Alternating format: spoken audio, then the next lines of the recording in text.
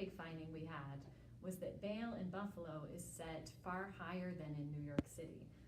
So the average misdemeanor bail here in Buffalo was $5,000, and down in New York City it's only $1,000, and the average bail in a felony charge was $10,000 here or $5,000 in New York. So that's surprising that there would be such a big variation between Buffalo and New York City as to what kind of bail the judges were requiring in similar cases. Any guesses as to why that would be? A big reason seems to just be the culture, that judges are in the pattern and habit of setting certain amounts of bail and setting certain types of bail, which I think we'll talk about what are the different types of bail here today as well. And it seems like when new judges come in, they don't really step out of that. So we have a bit of a tradition or culture of these higher bail amounts here.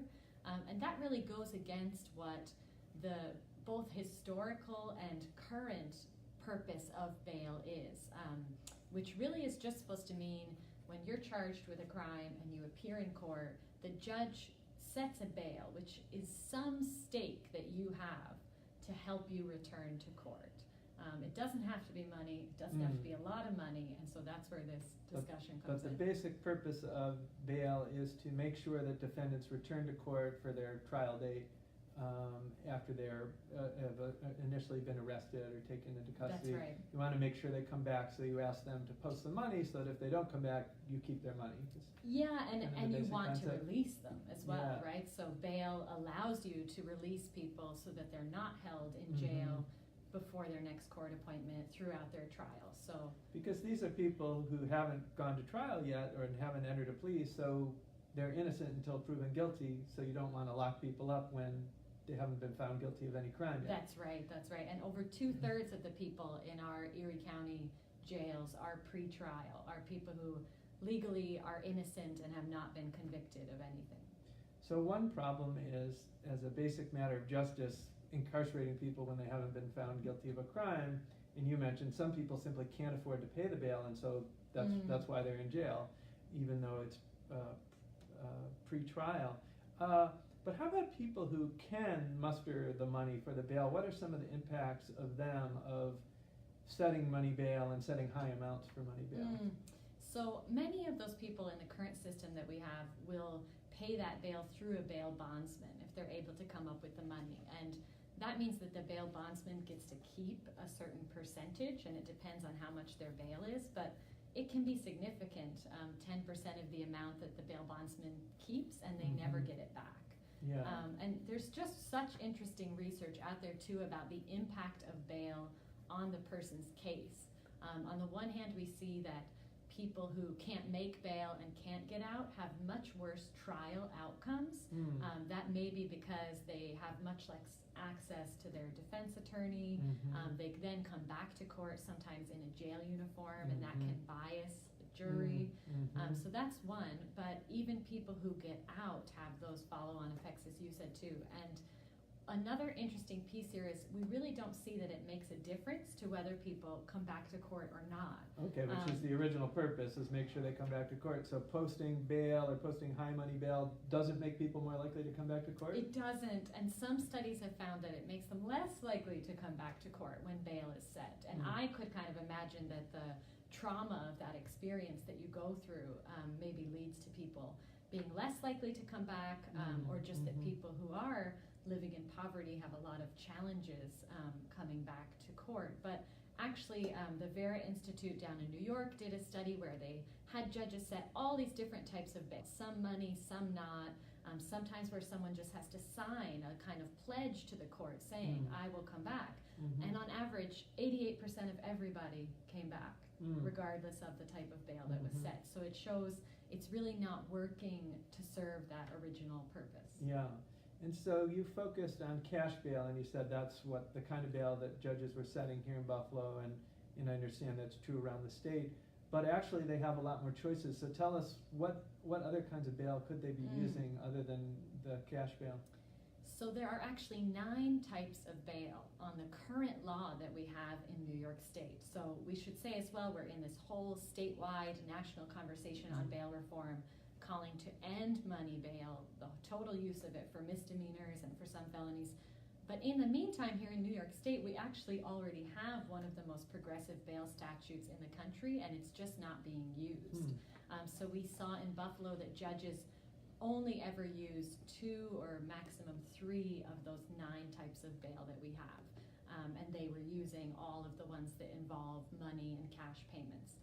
There's one type called partially secured, where rather than paying the full amount to the court, if a judge sets $5,000 bail, you only have to pay 10% of that. But you pay that to the court and you get it back at the end of your case, presuming you've come back to court. Whereas in the type that's being used now, you pay that 10% to a bail bondsman and you lose it. So again, even if you're innocent, you're released, the case is over, you've still lost that money. Whereas already judges could set these partially secured bonds and people could get their money back at the end. So it's odd in a way that we've privatized the bail industry, that we've set it up so people are paying these bail bondsmen who are then posting the bond with the court, rather than, as you say, using the option where people just pay directly to the court and promise the court that they will pay if they don't show up. Some states have actually gotten rid of bail bondsmen in the private bail industry. Any particular reason New York shouldn't follow that example? No, there is no reason, and I think that's been a big push in the bail reform conversation, and Governor Cuomo has even raised that and talked about that, of get rid of profit. You know, this isn't a system that I think as a society we should be profiting off of, and that really comes down to kind of core values. It is of course challenging, and I was recently at a hearing here in Buffalo that had some people who make their living in bail bonds industry. So there will need to be a shift, and I think part of the conversation too is where can this money go? So there would be a lot of money saved if we're not holding people unnecessarily pre-trial. If we got rid of money bail for misdemeanors and people were out and were not being held, we'd save so much money from not incarcerating folks that we could imagine new industries, or imagine pre-trial services and more education programs and things that would employ additional people as well. Now you mentioned that the original justification for bail is to make sure people come back to court. Over time, I know that courts have also allowed for a public safety reason, that they will set bail with the notion that keeping the public safe is important. It's odd though, because if the person can afford to pay the bail, then they get out. So it's now a real guarantee of public safety, but I think the assumption is they set the bail so high that they know the person isn't going to go out, and so they're keeping them safely in jail in the meantime. What do you think of that justification? Does that make sense? Does it work? Is the public safer because of it? Are there better alternatives?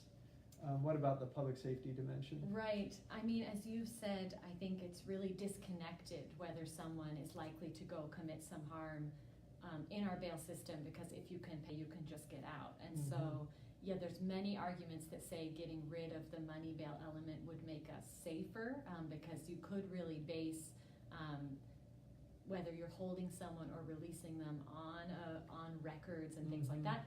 Now, the dangerousness element is really controversial in this conversation at the moment, because there are some risk assessments and automated tools that some states, New Jersey really got rid of money bail, but rooted their new system in who is at risk and likely to go out and commit harm to themselves or others. But those systems are flawed as well. So I think here in New York, there's a big push to make sure we're not basing our future bail system on something like that either. One of the critiques I've heard is that the algorithms that this private company has developed for risk assessment essentially replicate the racial bias of the criminal justice system, and so they build in certain assumptions that are going to make people of color more likely to be held in pretrial detention than whites. Is that? That's right. That's right. And you know, again, as I mentioned, kind of redirecting funds within the system. Part of the push here is to increase what's called pretrial services. And in Erie County, we already have a good program called Release Under Supervision. And a judge can say, I don't want to put you in the holding center, I don't want to put bail on you, but I don't quite think that you can go out on your own and that you'll come back to court and that you'll be healthy and harmless for that time. So you can put certain folks into release under supervision, which means that they have a kind of pretrial case manager that checks in with them. Ideally, that person is even recommending some positive steps they can take during their case in the rest of their life, like employment programs, accessing social services more effectively. And in Erie County, what we saw is that there are not enough of folks in those positions. So release under supervision actually only has what we've been told is 1.5 full-time employees. Wow. So we even saw some judges who wanted to release someone into that program, but no one was available to come and register them that morning, so they had to go into the holding center instead. Wow. You're listening to The Public Good on WUFO. We're talking about cruelty and costs, money bail in Buffalo. It's a report that we at PPG have put out that describes how bail is used in Buffalo and has recommendations for reform. Andrea, you mentioned that there's a statewide and a nationwide movement for bail reform. What are some of the critical elements of that? So what should the state do? What new laws should be passed that would make for a better system? So we have really followed some of the principles put out by organizations like the Cattell Center and the Vera Institute, and it's really following principles that we've talked about of the new bail system needs to really name and eliminate the racial bias that we see in the system, and primarily it needs to really limit and reduce the use of pretrial detention overall. So that means when someone comes into court, the presumption, the norm, the standard is they will be released before their trial, and actually you have to disprove that in order for them to be held. So it would really flip the current system on its head in that sense. And then, as we've said, also remove profit from the system, so that would bring to an end the bail bonds industry. And then it would also really require looking where bail still has to be set at what people can pay. And that's kind of looking at people's income and what can people afford, and we're pushing for that even in the meantime and applying the current statute. We saw in Buffalo City Court that really the average bail hearing is maybe 2 minutes. That would probably be a long one. They really fly by, and a study in Chicago found that they were 60 seconds on average in Chicago. So there's really not discussion of a judge saying, if I set $500 bail on you, will you be able to afford that so that you can be released and continue working? Judges and lawyers, they don't have the time to discuss, does the defendant have a job that they would like to go out to? Do they live with family members, which makes it more likely that they'll remain in Buffalo and come back to court? That conversation really rarely happens.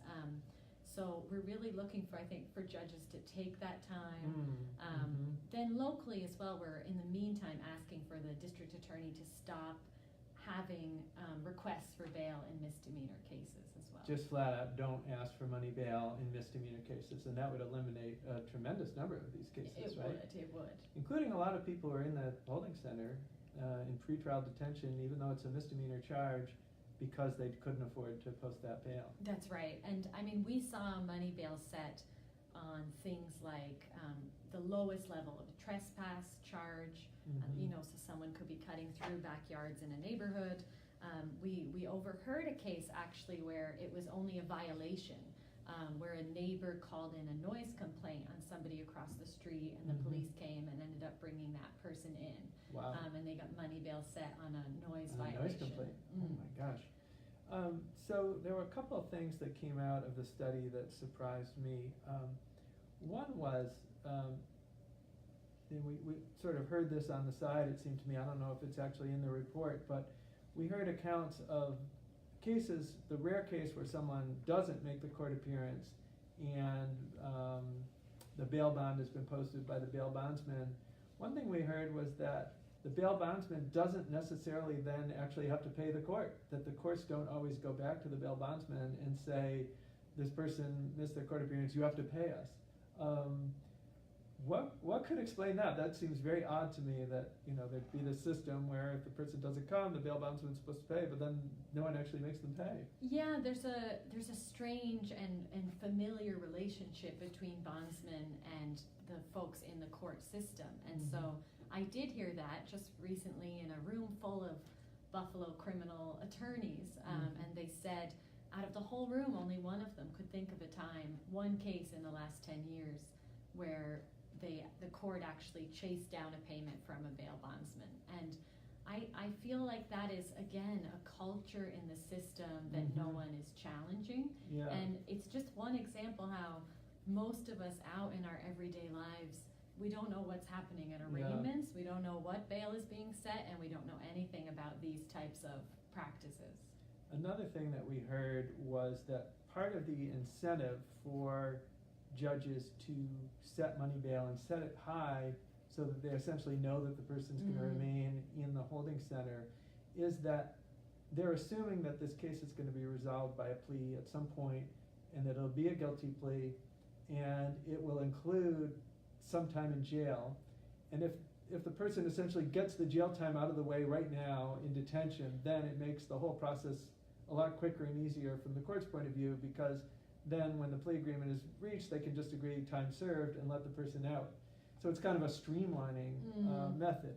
When you could see how that could happen, but it's disturbing that courts would feel that their dockets are so cluttered and that they don't have enough time, that they would sort of resort to this sort of method for trying to move things through. That's right.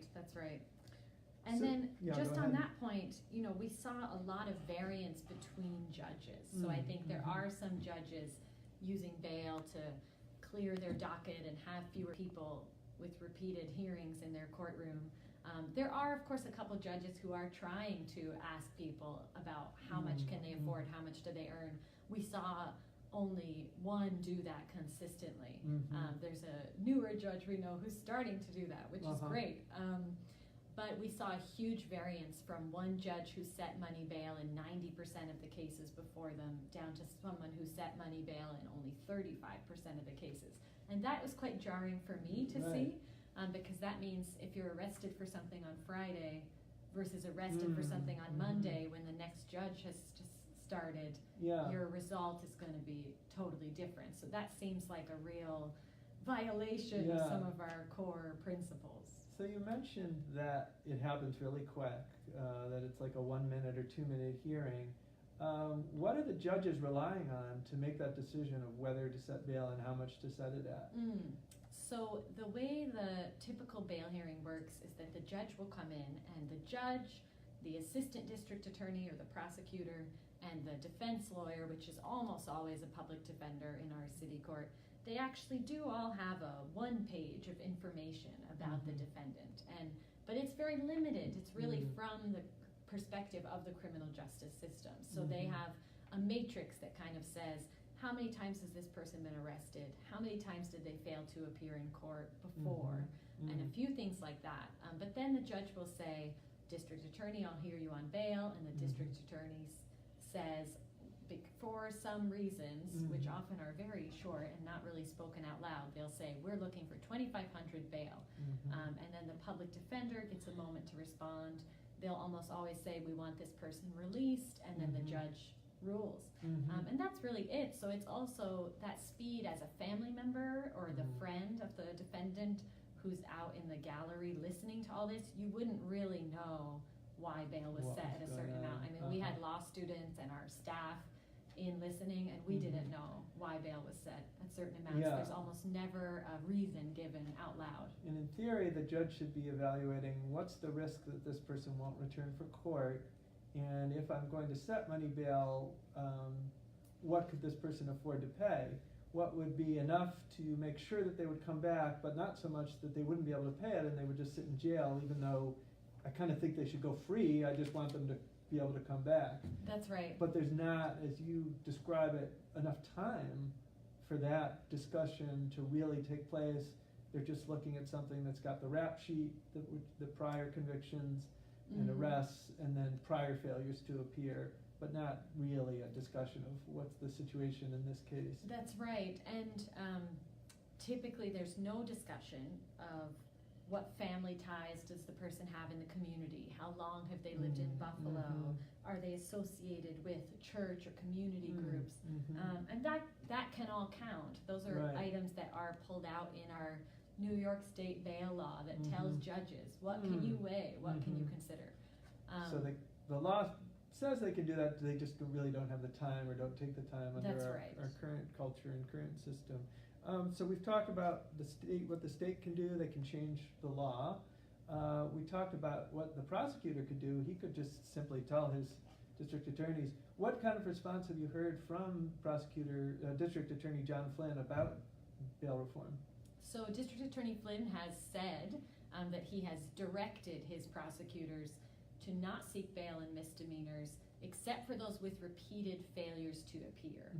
So we're going to go back and ask him to make that a written policy, but the other piece is that loophole there, except for people with previous failures to appear, is almost everyone who comes into city court, because if you're living in a neighborhood that may be over-policed, if you've even been arrested 3 times, you might have been required to go to court 12 times for those 3 charges.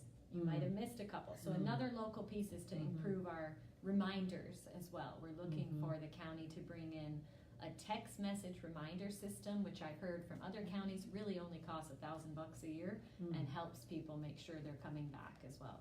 Interesting. So there's some kind of simple things that can be done to get people to come back to court on time and at the right time that don't require them sitting in the holding center. That's in right. the meantime, which is good to hear. All right, well, we are running out of time. I want to urge people to go to our website, ppgbuffalo.org, and look up in our library, which is called the Buffalo Commons, our report on bail called Cruelty and Cost, Money Bail in Buffalo. A lot of great information for you there, and you can get in touch with us if you're interested in learning more about these local efforts toward bail reform. We're hoping to really change the system. Next week on The Public Good, we'll have the opportunity to talk with the president of the Science Museum, Marisa Wigglesworth. We'll be talking about the Science Museum and their efforts to engage the community and the neighborhood. It's The Public Good every Tuesday at 1 p.m. here on Facebook Live and 7 p.m. on WUFO, Power 96.5 FM and Mix 1080 AM. Thank you. Thanks, Andrea.